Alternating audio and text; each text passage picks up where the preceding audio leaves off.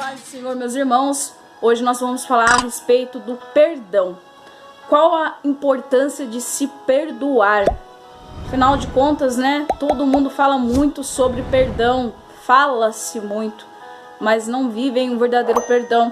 E a falta do perdão nos torna muitas vezes doentes.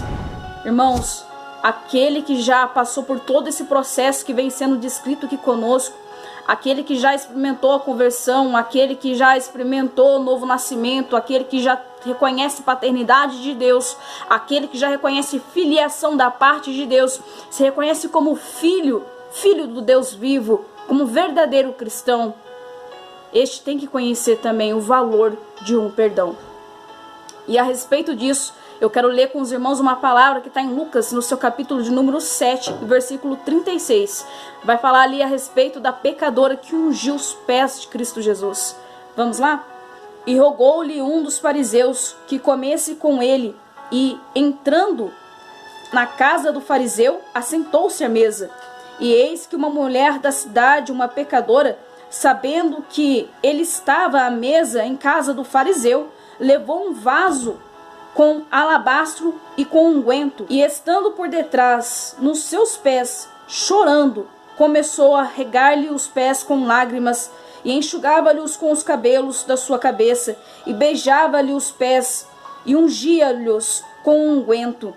Quando isto viu o fariseu, que o tinha convidado, falava consigo mesmo, dizendo: se este fosse profeta, bem saberia quem e qual é a mulher que lhe tocou, pois é uma pecadora. E respondendo Jesus lhe disse: Simão, uma coisa tenho a te dizer. E ele disse: dize-a, mestre. Um certo credor tinha 2 devedores. Um devia-lhe 500 dinheiros e outro 50. E não tendo ele com que pagar, lhes perdoou a ambos. Dize, pois, qual deles o amará mais? E Simão respondendo disse: tenho para mim que é aquele a quem mais perdoou. E ele lhe disse: julgaste bem. E se voltando para a mulher, disse a Simão: vês tu esta mulher? Entrei em tua casa e não me deste água para os pés, mas esta me regou os pés com lágrimas e nos enxugou com os seus cabelos. Não me deste ósculo, ou seja, beijo, mas esta, desde que entrei, não tem cessado de me beijar os pés. Não me ungiste com óleo a cabeça, mas esta me ungiu os pés com unguento. Por isto te digo que os seus muitos pecados lhe são perdoados, porque muito amou. Mas aquele a quem pouco é perdoado, pouco ama. E disse-lhe a ela: os teus pecados te são perdoados. E os que estavam à mesa começaram a dizer entre si: quem é este que até perdoa pecados? E disse a mulher: a tua fé te salvou. Vai-te em paz. Irmãos, eu tenho para mim que essa parábola, essa palavra aqui, da pecadora que ungiu os pés de Cristo, ela não existe nenhuma outra que expresse melhor o reconhecimento da graça, da misericórdia que existe em Cristo Jesus. Porque aquele fariseu, ele era dotado de conhecimento, ele conhecia a palavra, ele conhecia a lei, ele conhecia as Sagradas Escrituras, mas ele convida Jesus ali por questão de status e também para poder estudar o comportamento de Cristo. Sabe quando a pessoa já está naquele nível de arrogância, que ela entra na igreja e ouve o pregador só para ver se ele prega bem ou mal? Este é o caso desse fariseu. Ele convida Jesus só para ver como que Jesus se comportaria ali naquele momento. E Jesus então o surpreende, fazendo essa comparação para ele de 2 devedores, que um devia muito e o outro pouco, mas ambos são perdoados. Então ele pergunta: quem mais vai amar? Aquele que muito foi perdoado. Aquele que muito foi perdoado era o que devia mais, era o que tinha pecado mais. Esse é o que mais se foi amado. E uns tempos atrás também, meditando nessa palavra, eu me coloquei no lugar dessa pecadora. E se a gente for apontar e colocar no nosso caderninho, assim, todo mundo que já errou com a gente, todo mundo que tá talvez devendo pra gente, nada se compara com as nossas faltas, com as nossas dívidas. Porque se a gente for examinar tudo muito bem, éramos nós que devíamos muito. A gente devia muito e a gente não podia pagar. mas houve um que se ofereceu para pagar essa conta, essa dívida no meu lugar. Esse foi Cristo Jesus. Sabe por que aqui na palavra Jesus vai dizer assim, aquele que muito devia foi aquele que foi mais amado e mais perdoado? É porque também está escrito isso lá em Mateus, seu capítulo de número 6, eu vou abrir lá com os irmãos agora.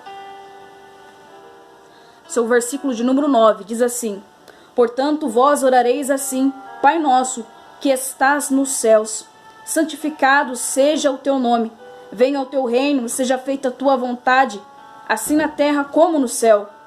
O pão nosso de cada dia nos dá hoje, e perdoa-nos as nossas dívidas, e perdoa-nos as nossas dívidas, assim como nós perdoamos aos nossos devedores, e não nos induzas à tentação, porém livra-nos do mal, porque teu é o reino e o poder e a glória para sempre. Amém. Essa é a famosa oração do Pai Nosso, que está aqui em Mateus, capítulo 6, do seu versículo 9 até o seu versículo 13, tá bom? Para todos que já conhecem, que todo mundo conhece, mas não sabem onde fica, Mateus 6, 9 e 13, tá bom? É interessante porque aqui fala, perdoa as nossas dívidas. Somos devedores, mas afinal, o que a gente está devendo? Vamos abrir lá em Romanos capítulo 13, versículo 8, diz assim: a ninguém devais coisa alguma, a não ser um amor com que vos ameis uns aos outros, porque quem ama aos outros cumpriu a lei. A ninguém devais coisa alguma, a não ser o amor com que vos ameis uns aos outros. Somos devedores quando nós não amamos aos nossos irmãos como deveríamos. E vamos combinar, meus irmãos, se tem uma coisa que a gente ainda não sabe fazer, está aprendendo e tem que se esforçar para melhorar, é no quesito de amor. Porque é muito fácil. É muito fácil amar quem te ama. É muito fácil responder bom dia para quem te responde bom dia. É muito fácil ser educado com quem é educado com você. Mas Jesus, ele vem e nos confronta dizendo que eu vos digo, amai os que vos odeiam. Saudai, não aqueles que dizem para você todo dia bom dia, mas aquele que faz questão de virar a cara. Saudai. Mas a gente tem visto hoje nas igrejas uma inversão tão grande, a tal ponto que o irmão chega a dizer assim, olha, se fulano de tal não me cumprimentar com a paz do Senhor, não piso mais na igreja. É o contrário, meu irmão. Ele não está te saudando, ele não quer te saudar? Saudai-o você. Faz a diferença você. Meus irmãos, a gente está cansado de saber a situação em que anda o mundo, a gente sabe que as coisas vão piorar e o cenário é caótico. E pessoas para apontar o dedo em todo mundo e culpar todo mundo tem de sobra. Mas ao invés de notar aonde está o problema, onde está o erro, por que você não faz a diferença? Eu sempre vou questionar isso, meus irmãos. Por que nós, se é que você é o único que está enxergando e o resto está todo mundo cego e não consegue ver, então alumia os olhos dos outros. Faz com que eles possam ver também. Vamos seguir aqui a palavra, irmãos. Com efeito, não adulterarás, não matarás, não furtarás, não darás falso testemunho, não cobiçarás, e se algum outro mandamento, tudo nesta palavra se resume: amarás ao teu próximo como a ti mesmo. O amor não faz mal ao próximo, de sorte que o cumprimento da lei é o amor. E isto digo conhecendo o tempo, que é já a hora de despertarmos do sono, porque a nossa salvação está agora mais perto de nós do que quando aceitamos a fé. A noite é passada e o dia é chegado. Rejeitemos, pois, as obras das trevas e vistamo-nos das armas da luz.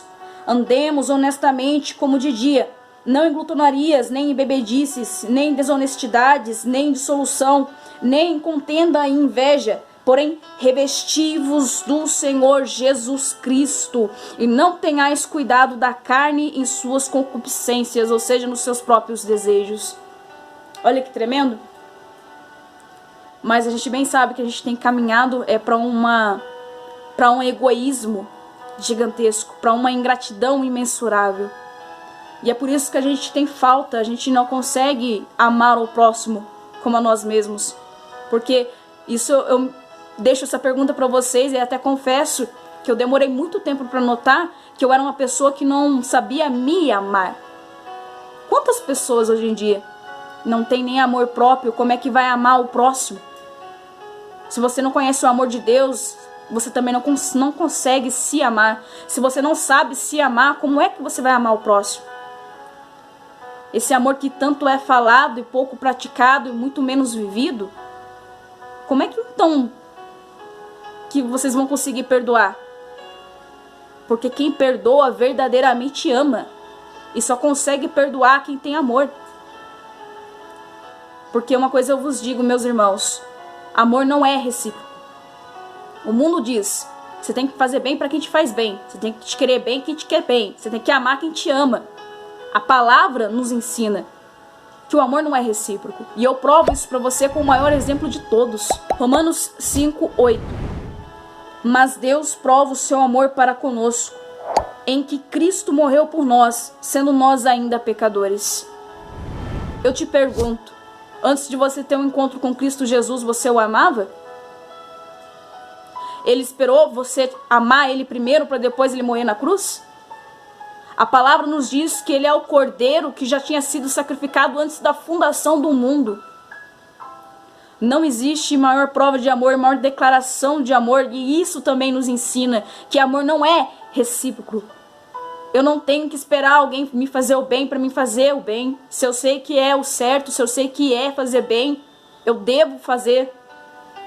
Não porque eu sou bonzinho e transbordo bondade. Irmãos, perdoar não é porque a gente é santo e está transbordando bondade em si mesmo.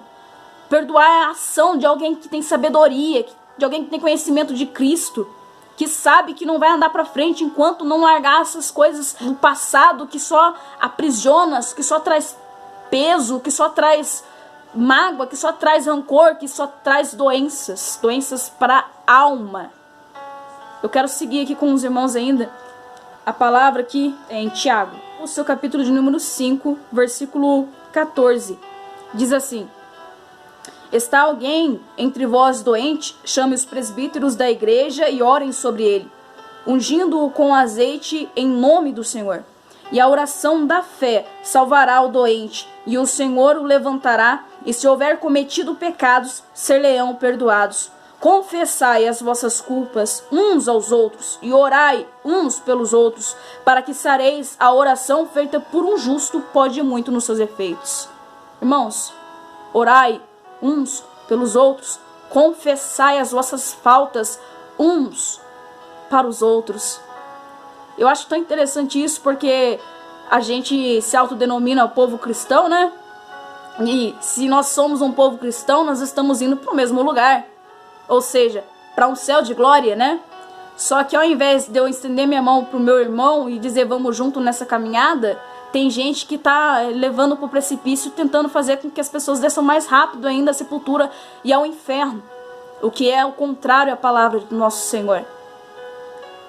Irmãos, se o mundo está como está, por que nós não estamos fazendo a diferença? Porque se Cristo habita em você, por que você não está apontando o caminho? Eu deixo esse questionamento para você, meu irmão, minha irmã. Se hoje você tivesse assentado, se coloca nessa posição. Se hoje você estivesse assentado dentro de uma igreja, com sua família do seu lado, de repente entrasse uma mulher vestida de um modo um tanto quanto indecente, com uma maquiagem bem forte no rosto, eu te pergunto, você daria aquela olhada, abaixaria a cabeça, depois ia fingir que não viu ela? Você fazia com que ela fosse invisível dentro da igreja? Você daria um jeitinho de escapar de fininho, sair de perto e mudar o seu lugar dentro da igreja? Ou você se levantaria e diria, seja bem-vinda à casa de Deus? Porque se Cristo habita em você, então a luz que existe em você tem que iluminar aqueles que estão em trevas. Então você tem que mostrar o caminho. E é o caminho do céu e não o caminho do inferno. Porque hoje há uma inversão muito grande dos valores. As pessoas querem apontar os pecadores e os seus pecados e jogá-los direto no inferno. E sabe o que isso fez? Isso fez com que nascesse, né, uma religiosidade hipócrita, nojenta. Por que eu digo isso? Porque hoje as pessoas não confessam mais os seus pecados. Elas preferem escondê-los. E os escondendo dá uma falsa sensação de santidade, de santificação. E é totalmente o contrário. Por que eu digo isso para os irmãos? Se eu vou para o médico e eu faço um exame, e esse exame ele não acusa nada, então eu não tenho doença e eu volto para casa. Mas uma semana depois essa pessoa vem a falecer. E aí se descobre que na verdade ela tinha uma doença que estava no estágio final. E aí, o que aconteceu? O exame não apontou onde estava a doença, não houve tratamento e a pessoa veio a falecer. Assim é o pecado. O pecado não deve ser escondido, ele não deve ser tratado no modo oculto, não deve ficar em silêncio, não deve ser varrido para debaixo de púlpitos. O pecado ele deve ser trazido à luz, ele deve ser confessado, ele deve ser deixado. Só assim essa alma vai ser sarada. Por isso que lá em 1 Coríntios capítulo 11, seu versículo 28 vai dizer assim: examine-se, pois, o homem a si mesmo, e assim coma deste pão e beba deste cálice. O que está dizendo aqui? Examine-se, pois, o homem a si mesmo, e assim faça parte do corpo e do sangue de Cristo. Então examine-se você a si mesmo, porque ninguém sabe melhor do que você mesmo os pecados que você tem cometido. Até quando, meus irmãos, vamos ficar andando como dormentes? De religião para religião, de púlpito para púlpito, de igreja para igreja. Irmãos, nesse ato de religiosidade, tradição e hipocrisia que é fingimento, o maior enganador é aquele que se auto-engana. Ninguém é mais enganado do que ele. Ao invés de viver a palavra que nos deixa bem explícito, dizendo que aquele que confessa e deixa, este alcança misericórdia. É tão fácil, meu Deus. Confessa e deixa e alcança misericórdia, e seja sarado, e seja curado, e seja salvo, como aquela mulher. Ela viveu uma vida inteira ouvindo que ela era pecadora, de fariseus que apontavam um dedo na cara dela, dizendo: ah, mas esse aí não é profeta, ele não sabe quem é ela. Não sabe que tipo de pessoa é ela?